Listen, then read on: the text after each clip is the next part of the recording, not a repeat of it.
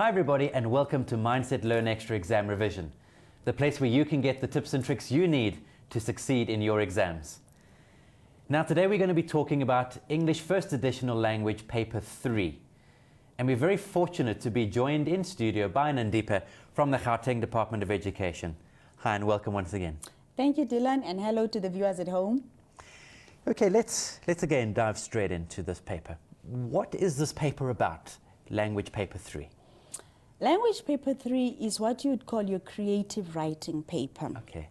It consists of 3 sections. Section A is the creative essay, and Section B is the longer transactional text, and Section C is the shorter transactional text. Okay, so just unpack each of those sections a little bit more. What kind of questions will learners expect to find? Well, Section A, which is the essay, you will get different questions on different types of writing texts. Okay. So in First Additional Language, you will be expected to know how to write a narrative essay, a descriptive essay, a discursive essay, an argumentative essay, and what we call a reflective essay. Okay. But you will only choose only one out of those 3 essays. So it's important that you know your strengths, you know which essay you are good at, and you choose that one. And are learners guided in terms of what they need to write by a question, write an argumentative essay on this or that?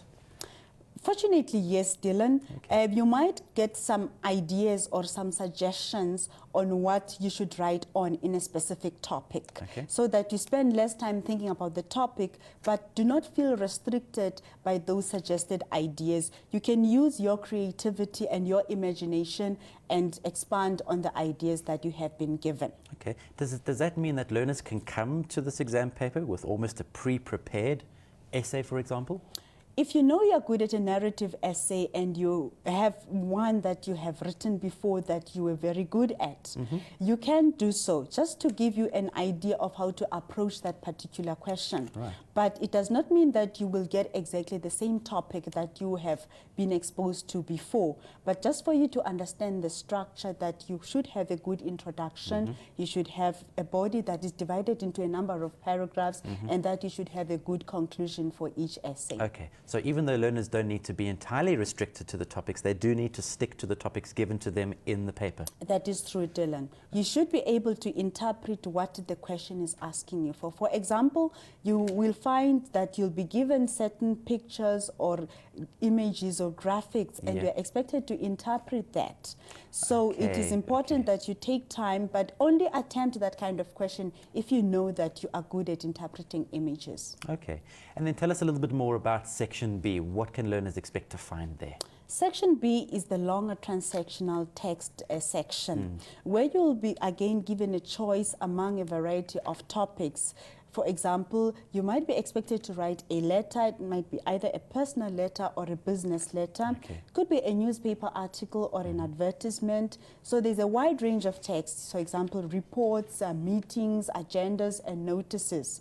But only choose the type of text that you have done before and that you know you can handle very well in the exam. Okay. And then the last section? The last section is your shorter transactional text, which carries 20 marks. Now, with the shorter transactional text, again, you will be expected to write a short piece, for example, instructions or directions, or even things like an advert or a poster that you are expected to design, or invitation cards. So again, attempt such questions only if you are prepared for them. Okay. You said that the final section was worth 20 marks. Yes. What do the other sections carry? Okay. The essay carries 50 marks, the longer transactional text carries 30 marks, and the last section is 20 marks, so that your paper consists of 100 marks in all. And how long do learners have to write this paper? This paper has a duration of 2.5 hours, which is more than enough for learners to show their evidence of planning, editing, so that you can show to the marker that you have thought carefully about this topic, because you are expected to show that, and you will be given marks for showing planning. Right. And tell me a little bit about how long you think learners should spend on each of these sections. For 190 minutes, try to spend at least 80 minutes on on the essay, that is section 1, Right. and section A, sorry, and 40 minutes, say, on the longer transactional text, and 30 minutes on the shorter transactional text. Okay. And if learners are finding that they're running out of time, for example, in the essay question, what should they do? Should they just keep moving ahead, or should they start some of the other questions? If you feel that you are running out of time, first of all, you should try to prevent that by planning Okay. your time very well, managing your time very well, so that you make sure that you've covered all the questions. But yes, try to finish every question. Take as little time as possible in planning, but make sure that you're paying attention to your language, to the style, and that you know the format of the transactional text that you're supposed to use. Are learners guided in this paper by estimates of how many words they should be using? Yes, Dylan, that is true. Your essay should be about 200 to 250 words. So that is not more than 2 pages. So don't go over the limit. And then your longer transactional text should be about 150 words. So that's more or less 1 page in all. And then your shorter transactional text should take you about half a page.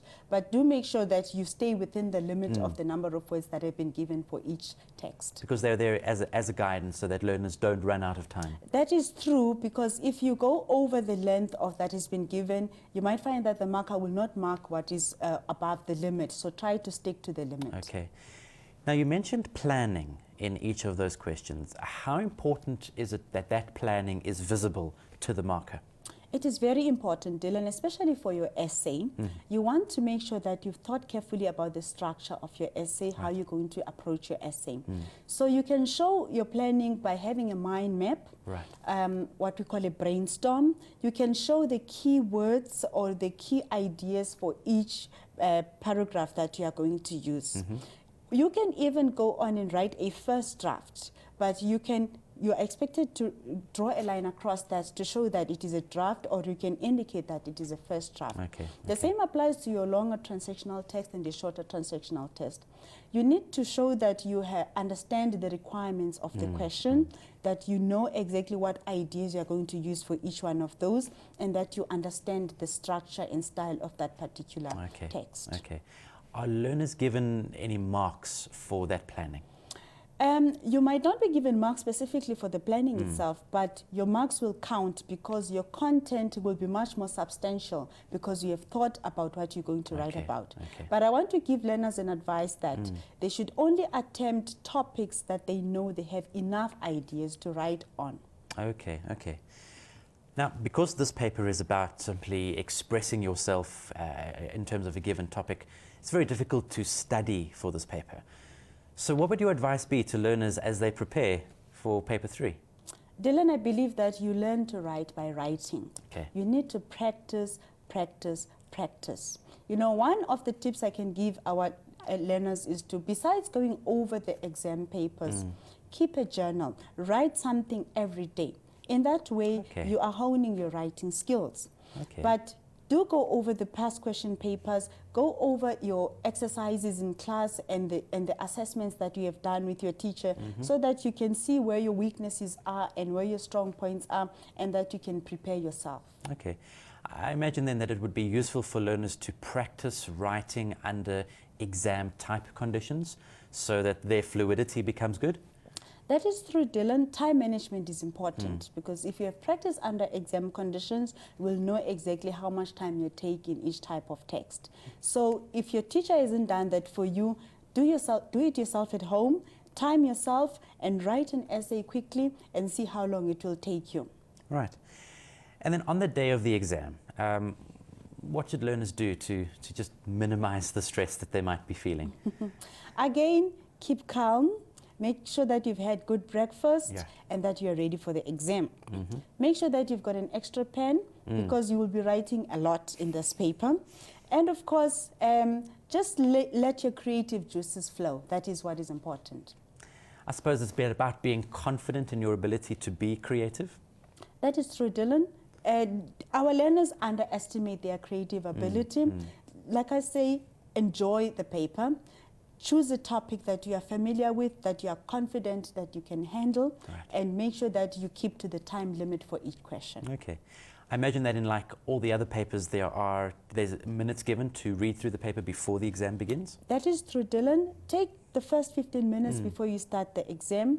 Go through the instructions, select your questions, and think about the ideas you're going to use for those questions. Let your creative juices start flowing. Exactly. Right. Any final tips or hints that you want to give to learners as they prepare themselves to write paper 3? Make sure that you understand the different genres. Know what Okay. is a narrative essay, what is expected. It's all about answering the who, why, how, what questions. A reflective essay would be thinking back or reflecting on a particular topic. Right. Know that an argumentative essay is about defending a point of view, not discussing both points of view. Okay. Whereas a discursive essay, you can look at the advantages and disadvantages of a particular topic. Okay. So understand those clearly so that you know exactly what is expected from you. Know the different formats of the different transactional texts. Know the difference between a personal letter and a business letter. Know how to write a speech and how to structure your speech, what is required in an introduction, what is required in a conclusion. Okay, great. Well, thank you very, very much for your time. It's my pleasure. And I hope that you have found that useful as you prepare for English First Additional Language Paper 3. Wishing you all the very best. Until next time, bye-bye.